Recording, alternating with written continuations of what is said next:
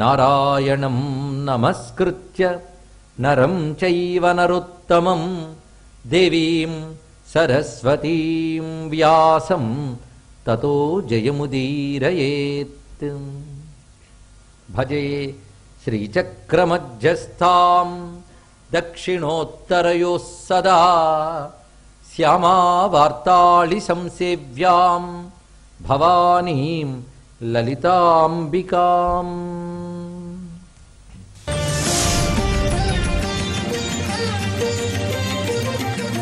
అమ్మవారంటే అఖండ ఆనందరూపిణి. అందుకే ఎప్పుడు ఆనందముతోనే ఉంటుంది ఆ తల్లి ప్రియవతి. ఎందుకంటే అమ్మవారిని అలా ధ్యానించాలి, ఎప్పుడు ఆనందంగా ఉంటుంది కనుక అమ్మనే ధ్యానిస్తే మనం కూడా అప్పుడప్పుడైనా ఆనందంగా ఉంటాం. తెలుసుకోండి ఇక్కడ. ఎందుకంటే ఆనందం ఆవిడ స్వభావం, ఆవిడ ఘనీభవించిన ఆనందం ఆ తల్లి. ఇక్కడ ఆనందం తప్ప మరొకటి కాదు అమ్మవారంటే. అందుకే ప్రియవతీం ప్రీతాం అన్నారు ఇక్కడ. ఆవిడ ప్రియము కలిగినది, ప్రియమే స్వభావముగా కలిగినది అంటే ఆనందరూపిణి అని అర్థం. ఇక్కడ ప్రియ శబ్దం ఎన్ని మార్లు వచ్చింది చూడండి. సంయోగ ప్రియ రూపిణి ప్రియవతీం ప్రీతాం. అమ్మవారి యొక్క రూపమే ప్రేమ.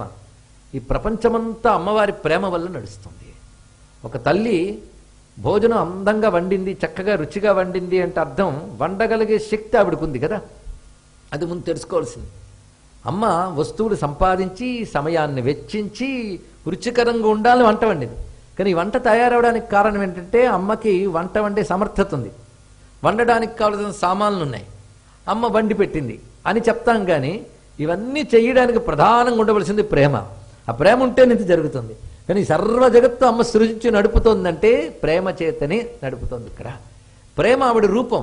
అంటే సకరుణాం అని పైనని కింద ప్రియవతీం అని చెప్పడంలో అర్థం ఏంటంటే భగవంతుడికున్న ప్రేమ పేరు కరుణ. లోకంలో ప్రేమ శబ్దం ఒక్కొక్క చోట ఒక్కొక్క విధంగా వ్యవహరింపబడుతుంటుంది. తల్లిదండ్రులకి పిల్లల మీద ప్రేమ, గురువుకి శిష్యుల మీద ఉన్నది వాత్సల్యం, అలాగే పిల్లలకి పెద్దవాళ్ళ మీద ఉండేది వినయం, అలాగే ఒక సమ స్థితిలో ఉన్న వారి మధ్య ప్రేమ ఉంటే స్నేహం, అది యువతీ యువకుల నడుముంటే ప్రణయం. ప్రేమకి ఆ స్థాన భేదములు బట్టి పేర్లుంటాయి. అది భగవంతుడికున్న ప్రేమని కరుణ అనాలి, ఆయనపై మనకుండే ప్రేమని భక్తి అనాలి. అసలు ఆ ప్రేమ గురించి ఒక్కసారి ఆలోచిస్తే ప్రపంచమంతా అమ్మవారి ప్రేమ కనబడుతుందండి. ఆ ప్రేమను గుర్తిస్తే ఇంకా కంప్లైంట్లు ఉండవు. కొంతమంది చూడండి, తల్లిదండ్రులు ఎంత చేసినా మీరు నాకేం చేశారు అంటూ ఉంటారు. అంతకంటే పాపాత్మల వరకులు ఉండరు. ప్రేమను గుర్తించే సంస్కారం ఉండాలి. ఒకసారి ప్రేమను కానీ గుర్తించినా మరి అడగమండి ఏమి. అమ్మవారి ప్రేమను గుర్తించాలి. ఎందుకంటే అడిగామనా సూర్యచంద్రాదులు, పర్జన్యములు, ఆహారములు ఎన్ని సృజించింది అమ్మవారు. ఇవన్నీ అనుభవించగలిగే ఇంద్రియ శక్తి మనకు లభించింది.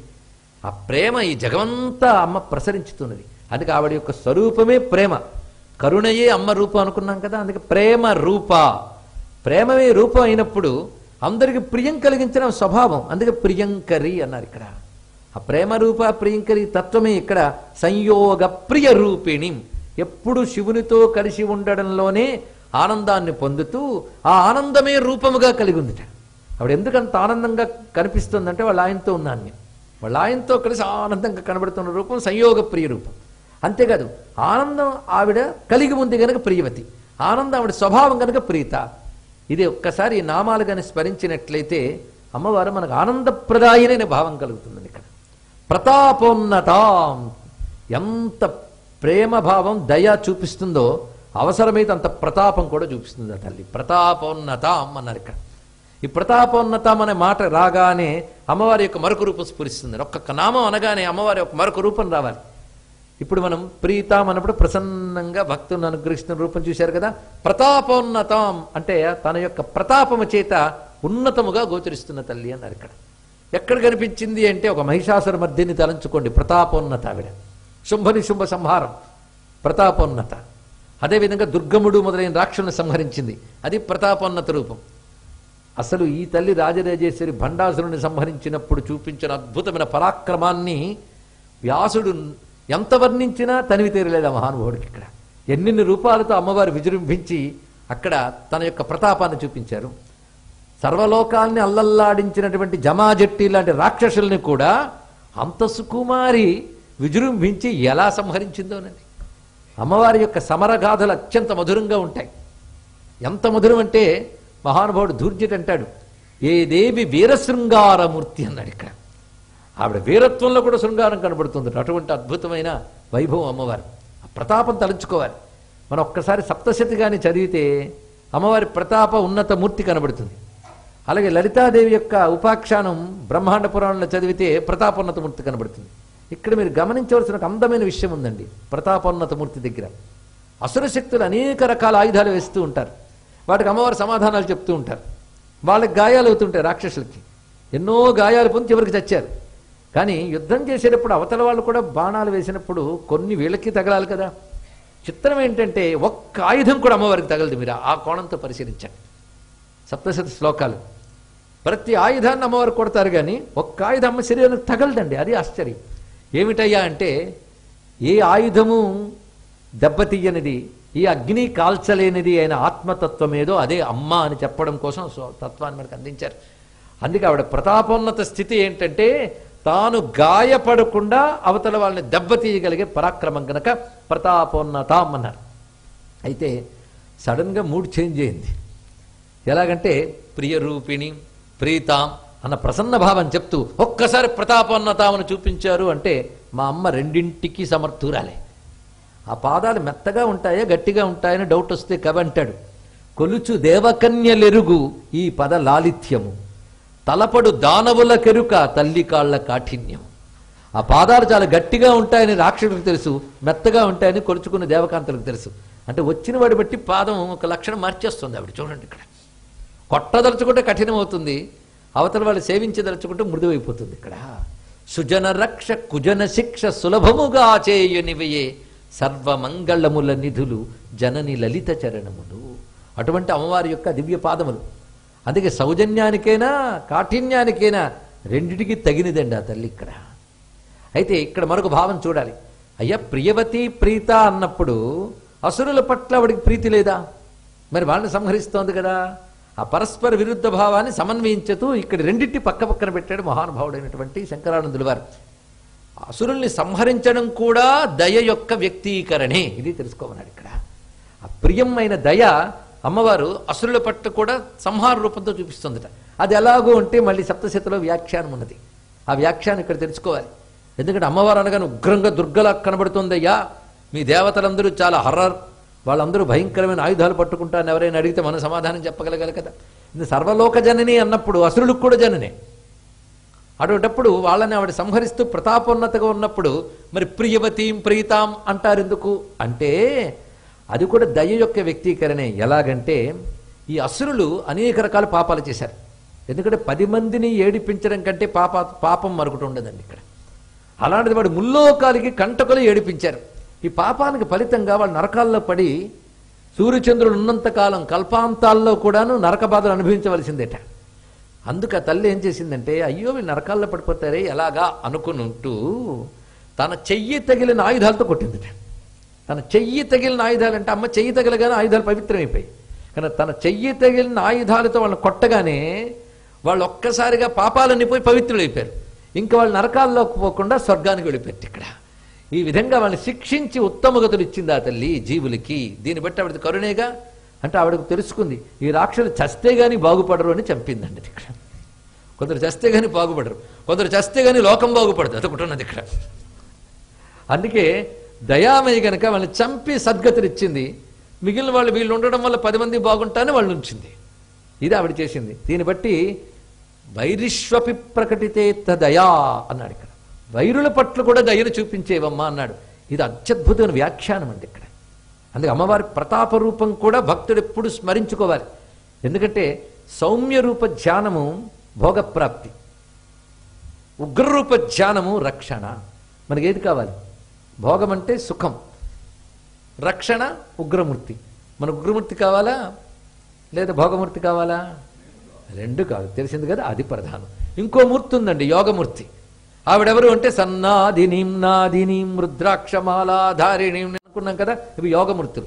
అందుకే మనం ఉపాసించే దేవతకు 3 రకాల మూర్తులు ఉంటాయి: ఉగ్ర, భోగ, యోగ. యోగమూర్తుల వల్ల జ్ఞానము శాంతి లభిస్తుంది. భోగమూర్తుల వల్ల ఇహలోకంలో సుఖాలు మొదలైనవి లభిస్తాయి, పారలౌకిక సుఖాలు లభిస్తాయి. ఉగ్రమూర్తుల వల్ల రక్షణ లభిస్తుంది. జీవుడికి 3 కావాలా లేదా? మన అవసరాల కోసం అమ్మ ఎన్ని రూపాయలు ధరించిందో చూడండి ఇక్కడ. అందుకు సంయోగ ప్రియ రూపిణీం ప్రియవతీం ప్రీతాం ప్రతాపోన్నతాం. ఒకే శ్లోకంలో ఉభయ రూపాలని మనం ధ్యానించుకోవచ్చు. అందుకే ప్రతి స్తోత్రం అర్థస్ఫురణతో చేస్తే అమ్మ లీలలన్నీ గుర్తుకొస్తాయండి. అది ఎన్ని లీలలు, ఇన్ని మహిమలు కలిపి ఒక్క శ్లోకంలో ప్యాక్ చేస్తాడు మహానుభావుడు. సర్వాంతర్గతశాలిని, మొత్తం సకారంతోనే 3 వాక్యాలు పెట్టాడు మహానుభావుడు. సర్వాంతర్గతశాలిని శివతను సందీపినీం దీపినీం. కొన్ని గ్రంథాల్లో సర్వాంతర్గతిశాలిని అన్నారు. ఇక్కడ ఇలాంటి వాటిని పాఠాంతరాలు అంటారండి. ఇక్కడ కించిత్ భేదాలు ఇవి. కొన్ని ప్రింటింగ్ మిస్టేక్స్లు ఉంటాయి, అవి ఎలాగదిద్దుకోవాలి. కానీ కొన్ని పాఠాంతరాలు అంటారు. అంటే మొదటి అర్థము సరిపోతుంది, రెండో అర్థము సరిపోతుంది. సర్వాంతర్గతశాలిని అంటే అన్నిటిలో అంతర్గతమై ఉండేటటువంటిది అని అర్థం. అన్నిట్లో ఆవిడ అంతర్యామిని, సర్వాంతర్యామిని అన్నట్లుగా ప్రతి దాంట్లో ఆవిడ వ్యాపించి ఉన్నది. ఇక్కడ ఆవిడ వ్యాపించి ఉంటేనే అన్ని పనిచేస్తున్నాయి. అందుకే అన్నిటి యందు ఉన్నది కనుక సర్వాంతర్గతశాలిని, ఇది ఒక అర్థం. సర్వాంతర్గతిశాలిని, అన్నిటి యందు గతి రూపముగా, గమనము, చైతన్యము లక్షణం చేతనత్వం, కదలిక రూపం. ఆ కదలిక రూపముగా ఈ జగత్తంతా వ్యాపించినది కనుక సర్వాంతర్గతిశాలిని, సర్వాంతర్గతశాలిని. అంతర్గతమైనది ఆచరలే కదా. ఇక్కడ ఇన్ని పరికరాలు మనకి పనిచేస్తున్నాయి. పలికించేది ఒకటి, వెలిగించేది ఒకటి, చల్లదనాన్ని ఇచ్చేది ఒకటి. కానీ వీటన్నిటి యందు వ్యాపించిన శక్తి మాత్రం విద్యుత్ శక్తి ఒకటి.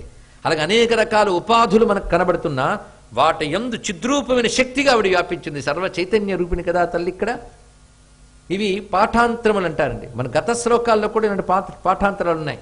అని కొంతమంది మీరు అక్కడ అలా చదివారు, ఇక్కడ ఇలా ఉంది ఏమిటి అని భావం కలిగి ఉండవచ్చు. అయితే ఒక మంచి భావం ఉన్న పదాన్ని తీసుకుని అయోమయం కాకుండా ఉండడం కోసం మరొక దాని గురించి చెప్పలేదు. కానీ పాఠాంతరాల గురించి చెప్పాలంటే గత శ్లోకాల్లో 2వ శ్లోకంలో ఏకారాది సమస్త వర్ణ వివిధాకారైక చిద్రూపిణిం చైతన్యాత్మక చక్రరాజ నిలయాం చక్రాంత సంచారిణిం ఒక పాఠం ఉంది. మరికొన్ని చోట్ల చంద్రాంత సంచారిణిం అన్నది. 2 సరైన పదాలే. ఒకవేళ మనకి 2 నచ్చితే చక్రాంత సంచారిణిం చంద్రాంత సంచారిణిం అనుకుందాం, తప్పేముంది. పాడుకునే వాళ్ళైతే ఒకదాన్ని 2 మార్లు పాడుకోవచ్చు, ఇంకా బాగుంటుంది. ఇక్కడ అంటే చంద్రమండలంలో ఉన్న తల్లి, చంద్రమండల మధ్యగా తల్లి. ఇక్కడ చంద్రమండలం అంటే సహస్రారం, అక్కడ ఉంది కనుక చంద్రాంత సంచారి. అలాగే 3వ శ్లోకంలో కూడా ఈశాధిక్పరయోగి బృంద విదితాం, దీని గురించి చాలా వివరణ చెప్పుకున్నాం. దానికి మరొక పంచదశి స్తోత్రం శ్లోక ప్రమాణంతో కూడా ఈశత్వనామ కలుషా కతినామ సంతి అనే శ్లోకాన్ని ప్రమాణం చూపిస్తూ ఈశాది పదవులను కూడా ధిక్కరించేటువంటి గొప్ప యోగులకు తెలియబడేది అని అర్థం చెప్పుకున్నాం. మరొక పాఠాంతరము ఈహాధిక్పరయోగి బృందవదితాముంది. ఈహాధిక్ ఇది కూడా చాలా గొప్పది. ఈహా అంటే కోరిక, ఈహాధిక్ అంటే కోరికలన్నింటినీ తృణీకరించినటువంటి యోగుల చేత తెలియబడుతున్నది.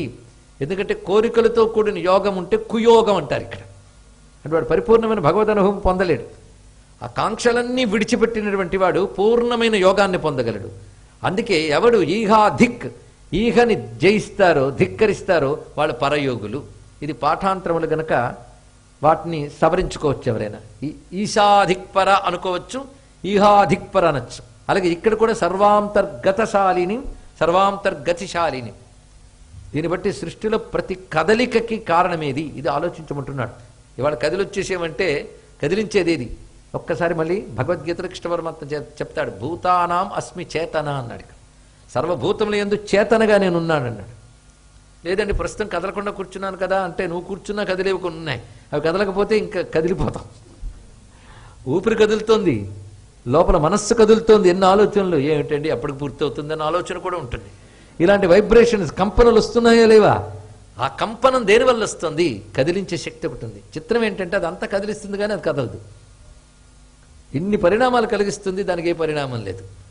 అది సర్వాంతర్గతిశాలిని, అన్నిట్లో ఆ కదలిక రూపముగా ఆ గతి కలిగించే శక్తిగా ఉన్నది.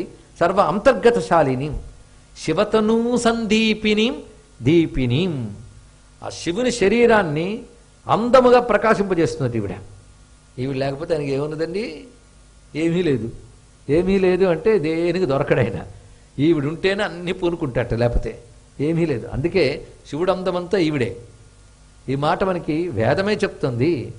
యాతే రుద్ర శివాతనూ అనే మంత్రంలో కానీ శివా రుద్రశ్య భేషజీ అన్నాడు. ఇక్కడ అక్కడ శివ అనేది స్త్రీలింగ శబ్దం అండి.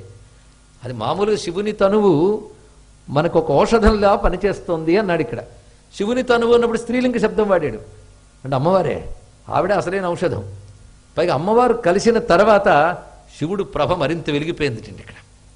అందుకే శివపార్వతుల కళ్యాణ సమయంలో ఒక మాట అంటాడు శివపురాణంలో, అంతవరకు ప్రమదగణాలందరూ కూడాను ఏదో ఉన్నారు కైలాసంలో, కానీ ఆయన పెళ్లి చేసుకుని అమ్మవారిని తీసుకొచ్చిన తర్వాత ఎంత శోభాయమానంగా మారిపోయిందిట. ఎందుకంటే తల్లిదండ్రి ఇద్దరు ఉంటేనే ఇంటికి కళ, కనుక ఆవిడ రాగానే కళ వచ్చింది. లేకపోతే చితాభస్మాలేపో, ఒళ్ళంతా చితాభస్మం పూసుకుని విషాన్ని తింటూ పుర్రెలమాల వేసుకున్నటువంటి వాడు పరమమంగళ స్వరూపుడిని ఎందుకు అనిపించుకున్నాడంటే సర్వమంగళ అయిన నీ సాంగత్యం వల్ల తల్లి అన్నారు ఇక్కడ. తవజనని తాటంక మహిమ అన్నాడు కదా ఇక్కడ. అందుకు ఆ శివుడు మరింత శోభాయమానంగా కనబడ్డానికి కారణం ఏంటంటే ఈ సౌందర్య లహరి వల్లయ్యా అన్నాడు ఇక్కడ. దీన్ని బట్టి అమ్మవారు కనుక పూనుకోకపోతే ఆయన కేవలం అంతర్ముఖుడై విశ్వానికి అతీతమైన స్థితిలో ఉంటాడు. ఆవిడ పూనుకోవడం వల్లనే విశ్వరచనంతా చేయగలుగుతున్నాడు. అందుకే ప్రపంచ సృష్టిన్ముఖలాస్యకాయై సమస్త సంహారక తాండవాయ నమశివాయ చ నమశివాయ అంటారు భగవత్పాదుల వారు అర్ధనారీశ్వర స్తోత్రంలో. ఈ శ్లోకమంతా అదే భావం కదా అర్ధనారీశ్వర స్తోత్రం. అందుకే ఆయన పని ఎప్పుడు ప్యాకప్ చెప్పేద్దామని చూస్తుంటట. ఆయన పని ఎంతసేపు పూర్తయిపోయిందని చూస్తాడు. ఉండనీయండి, కొంతకాలం ఉంటుంది ఆవిడ. కనుక ఆవిడెప్పుడు ప్రపంచ సృష్టి ఉన్ముఖలాస్యకాయే, ఆ సృష్టి స్థితుల వైపు ఉన్ముఖంగా నడుపుతుంటుంది ఆవిడ. ఈయన మొత్తం సమస్త సంహారక తాండవాయ. మొత్తానికి వాళ్ళిద్దరి సమన్వయం వల్ల ఇదంతా ఉన్నది. అందుకే ప్రపంచ రూపమైన శోభంతా వ్యక్తం కావడానికి ఆ శివుని ద్వారా కారణం ఎవరు? ఈవిడే. అంతేకాదు ఈవిళ్ళేంది శివుడు తెలియబట్టు ప్రకాశింపజేయునది అని అర్థం. దీపిని అనే మాటకి ప్రకాశింపజేయునది, చక్కగా ప్రకాశింపజేయునది. ఎవరిని? శివతను సందీపిని, ఆ శివుని యొక్క తనువుని చక్కగా ప్రకాశింపజేస్తోందండి. అది ప్రకాశింపజేయుట అంటే తెలియజేయుట. ఇది పరమార్థ రూపమైన అర్థాన్ని చెప్తున్నాం. మొట్టమొదటి హాయిగా లీలాపరమైన అర్థం ఆనందం కలిగించేస్తుంది. ఈ పరమార్థ రూపమైన అర్థం చూడండి. శివుని యొక్క స్వరూపాన్ని సంపూర్ణముగా ప్రకాశింపజేయునది. ప్రకాశింపజేయుట అంటే తెలియజేయుట. శివుని యొక్క స్వరూపాన్ని మనకు సంపూర్ణంగా చెప్తుందిట. ఎందుకంటే తెలుసుకోవాల్సింది శివమే. శివం అనగానే త్రిగుణాలకు అతీతమైనటువంటి ఆ పరమేశ్వర తత్వమే శివం. అది తెలియాలంటే బ్రహ్మ విద్యారూపుడైన అమ్మవారి వల్లనే తెలియబడుతుంది. ఆవిడ వల్లనే శివుడు తెలియబడతాడు. ఇది మనం లలితా శాస్త్రం చదువుకుంటున్న శివజ్ఞాన ప్రదాయిని. అమ్మ శివజ్ఞాన ప్రదాయిని. శివజ్ఞానమే మోక్షం, శివజ్ఞానమే బ్రహ్మజ్ఞానం. శివుని గురించి తెలియజేసేది అమ్మవారే. అందుకే పార్వతీ పరమాదేవి బ్రహ్మ విద్యాస్వరూపుని శివపురాణ వాక్యం. పార్వతీదేవి అంటేనే బ్రహ్మ విద్య. మరి పరమేశ్వరుడు ఎవరు చెప్పండి? పార్వతి బ్రహ్మ విద్య అయితే పరమేశ్వరుడు పరబ్రహ్మం, అంతే ఇక్కడ. కానీ బ్రహ్మ విద్య బ్రహ్మము, అదే ఇక్కడ. బ్రహ్మ విద్య బ్రహ్మమును తెలియజేస్తుంది, తెలియబడుతున్నాడు ఆయన. కానీ అమ్మవారు ఎందుకు అయిందయ్యా అంటే శివతత్వాన్ని అనుగ్రహించడం కోసం ఉంది. శివతత్వం పొందడమే మోక్షం. శివతత్వం ఇచ్చేది అమ్మవారి ఉపాసన. ఇది ఒక రహస్యమైన అంశం. అది శ్రీ విద్యోపాసన శివతత్వ పర్యవసాయి. ఈ మాట గుర్తుపెట్టుకుని లోతుగా ఆలోచించుకోగలిగిన వాళ్ళు ఆనందించవచ్చండి. ఇక్కడ శివతత్వ పరవేశాయి అంటే త్రిగుణాతీత శివ, త్రిగుణాతీతమైన పరబ్రహ్మతత్వమే శివం. దాన్ని అందించేదే అమ్మవారి ఉపాసన. అందుకే ఆ శివుని యొక్క సంపూర్ణ స్వరూపం ఏదైతే ఉన్నదో సచ్చిత్ ఆనందమైన స్వరూపము, దానిని మనకు సంపూర్ణముగా ప్రకాశింపజేసే తల్లి గనక శివతను సందీపిని అనే మాటలు చూపించారు ఇక్కడ. అంతేకాదు లోకంలో కూడా పిల్లవాడికి మొదట తెలిసేది అమ్మే. అమ్మ కడుపులోనే ఉన్నాడు, అమ్మ నుంచి వచ్చాడు. అప్పుడు అమ్మ వీడురా నీ నాన్న అని చెప్తుంది ఇక్కడ, అమ్మే చెప్తుంది. అలాగే ఈ లోకరూపంగా ఉన్నటువంటి జగజ్జనని లోకేశ్వరుడు మనకు తెలియజేస్తుంది ఇక్కడ. అమ్మ దయ ఉంటే గాని అయ్య తెలియబడడు. అయ్యని తెలియజేయడం కోసమే అమ్మ ఉన్నది ఇక్కడ. అందుకే శివతను సందీపిని అనే మాట అంత విశేషమైనది. దీపిని తర్వాత మాట శివతను సందీపిని, శివుని తనువును ప్రకాశింపజేయునది. సందీపిని అంటే సంపూర్ణముగా ప్రకాశింపజేయునది. అయిపోయింది కదా. మళ్ళీ దీపిని అని అమ్మ వరకు మాట అన్నారు. దీపిని అంటే ప్రకాశింపజేయునది, అంతే. ఇందాక చెప్పినప్పుడు శివుని తనువును ప్రకాశింపజేయందని మాటతో చెప్పారు. ఇప్పుడు దీపిని అనే మాటకు అర్థం ఏంటంటే ప్రపంచమంతా మనకి గోచరం కావడానికి ఏ వెలుగు అవసరమో ఆ వెలుగు అమ్మవారు. అది దీపిని అనే మాట చాలా విశేషమండి. మన లోకంలో కూడా దీపిక అనే శబ్దం వాడుతూ ఉంటాం. ఎటువంటి దీపిక అంటే లోకైక దీపాంకురాం అంటూ ఉన్నాం. ఇది ఆలోచించండి. అమ్మవారిని దీపిని అనే మాట చాలా విశేషం. దీపనము అనే మాటకు అర్థం ఏంటంటే వెలిగించే దీపం, అది దీపిని, ఇవన్నీ సమానార్థక పదాలే. కానీ దీపనము అనగానే ప్రేరేపించుట అని అర్థం. దీపిని అంటే ప్రేరేపించునది, ఇది పెద్ద అర్థం అండి. ఇక్కడ ప్రేరేపణ, సృష్టిలో ప్రేరేపణ అనే శక్తి అమ్మవారు, ఇది బాగా తెలుసుకోవాల్సింది. ప్రతివారి బుద్ధికి ఒక ప్రేరణ ఉంటే కానీ ఇది చేయలేరు, అవునా లేదా? ఇవాళ మీరు ప్రవచనానికి వచ్చారంటే రావాలనే ప్రేరణ ఉండాలి, మధ్యలో వెళ్ళిపోవాలనిపిస్తే దానికి ఒక ప్రేరణ అవసరం. కానీ ప్రేరణ లేని సృష్టిలో ఏమీ లేదు. కనుక తొయ్యబడుతున్నాం కానీ తోసేదేంటో తెలుసుకో. ఇక్కడ వెనకాల నుంచి ప్రేరేపణ అని అమ్మవారంటే ఒక్కటేనయ్యా, బుద్ధిని ప్రేరేపించున్నది అన్నాడు. కనుక నువ్వు చెప్పే దేవి భాగవతం అంతా ఎవరి గురించి అంటే ఒక 3 మాటల్లో చెప్తానన్నాడు మహానుభావుడు వ్యాసుడు. 3 మాటలండి. అది ప్రతివారు మంత్రం కింద జపం చేసుకోదగ్గది. గాయత్రి మంత్రం దేవి భాగవతంలో ప్రథమంలో చెప్పాడు వ్యాసదేవుడు. దాని వ్యాఖ్యానమే దేవి భాగవతం. 18,000 శ్లోకాలు దేవి భాగవతం. ఈ 3 పాదముల వ్యాఖ్యానం. సర్వ చైతన్య రూపాం తాం ఆద్యాం విద్యాంచ ధీమహి బుద్ధిం యా నహ ప్రచోదయాత్. దీనికి అర్థం తెలుసుకుంటే ఇంత గొప్ప భావం చెప్పిన హిందూ ధర్మంలో పుట్టినందుకు మురిసిపోతామండి, అంత అర్థం చెప్పాడు. సర్వ చైతన్య రూపం, పిపీలకాది బ్రహ్మపర్యంతం కూడా ఏ చైతన్యం వ్యాపించిందో అది ఆవిడ. అమ్మవారంటే అంతే. అటువంటి నిన్ను తల్లి ఆద్యాం విద్యాం, సృష్టి ఏర్పడక ముందు ఉన్నావు, అందుకే సృష్టిని చేయగలిగావు. సృష్టిలో వ్యాపించావు, సృష్టి వెళ్ళిపోయిన నువ్వు ఉంటావు, అది ఆద్యాం. విద్యాం, జ్ఞానరూపంగా ఉన్న నిన్ను ధీమహి ఉపాసిస్తున్నాను. నువ్వెవరంటే యా నహ బుద్ధిం ప్రచోదయాత్, మా బుద్ధుల్ని ప్రేరేపిస్తున్న తల్లి. ఇదే గాయత్రి మంత్రార్థం, మరొకటి కాదు.